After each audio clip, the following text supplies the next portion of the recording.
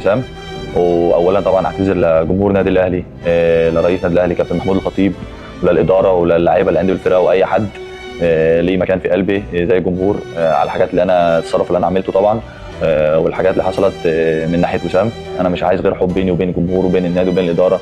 انا لي فتره موجود في مرحله ضغوط اسريه شويه، وعملت حاجات وتصرفت بطريقه انا ممكن مش موافق عليها برضه، عشان دي انا ما بوافقش اي لعيب نادي في الاهلي يعمل كده، عشان ده نادي كبير، نادي عظيم، ده نادي كله حب وجماهيره حب، وعلاقتي بينه وبين النادي من اول يوم جميله جدا. هو النادي اللي طلعني لفوق فوق فوق، هو النادي، هو الجمهور اللي عملني ووصلني للمرحله دي، اللي خلتني يجيني فرصه احتراف، فرص انديه تانية برضه.